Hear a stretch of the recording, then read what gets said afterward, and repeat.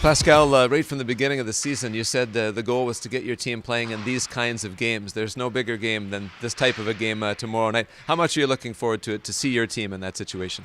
Well, very excited. It's been a good season. We've seen our young men growing into professional hockey players.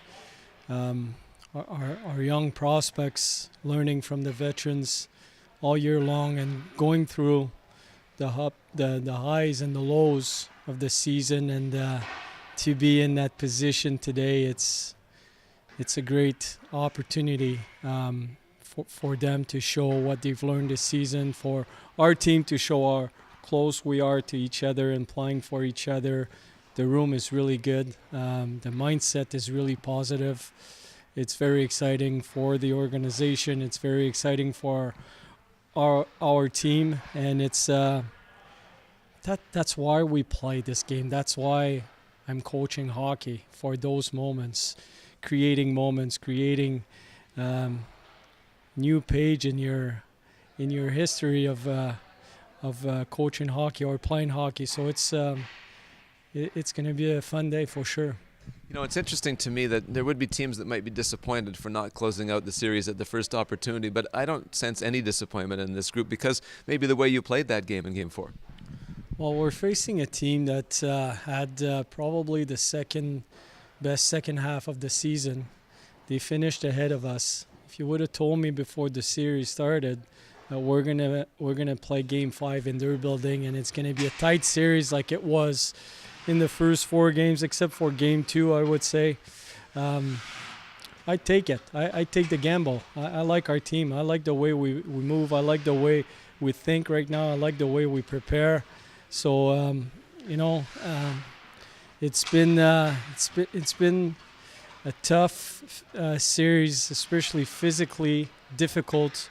They're challenging us to be our best, and then that's what it's all about, pushing yourself. And when it gets tough, it means you're on the right path. When you're facing adversity, it means you're moving forward. And to play that Game 5 against those guys, it's going to be a great challenge for us.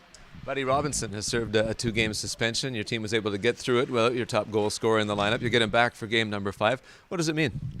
Well, I mean, he's a veteran. To have him on the ice, to have him around the team, he's been through this in the past, last year with the San Jose team. So he's got some experience, but he's been a key player for us all year long. Not only 5-on-5, but on the special teams, power play, penalty kill.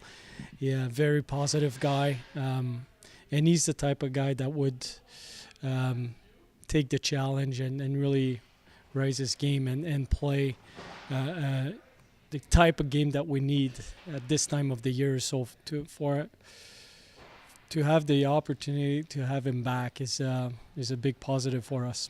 How would you explain the difference in Game 4 for your team from Game 3 in terms of the shots that you allowed? You gave up 48 in Game 3, just 24 in the 4th game. Was there an adjustment for your team? Well, I thought Game 3, they were shooting a lot of pucks, and they tried the same thing, but I think we did a good job in neutral zone, not giving that much space for them to entry the zone in control. I think we did a good job with our positioning in the defensive zone coverage, not only in the defensive zone itself, but coming back to our defensive zone. Our tracking was really good, so that helps our D having a better gap. We were better at touching the puck first, so we weren't given O-zone time as much as we did in the first period. And the last game, we lost 3-0. The last goal being an empty net goal. But we played our best game of the year as far as giving up scoring chances. We only gave up 5, and that's the best of all year. And we had 13 scoring chances for. We played that type of game. I like our chances to win this hockey game, but we did a very good job defensively. And I think when you look at our record, when we were successful in winning hockey games and scoring goals and creating scoring chances, when you look at it and then you look at the details of the games and the components of those games, we were really good defensively. We were really good at coming back and getting the puck back and having a good transition, playing a fast game. And that's what we did the last game. We didn't finish around the net.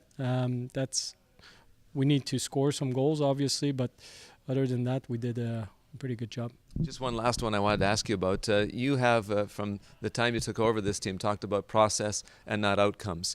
Do you think that groundwork will really pay off in a game like this? Well, obviously, this game is all about winning. But again, to win a hockey game, you have to follow the process. Thinking about the final result will bring us nowhere.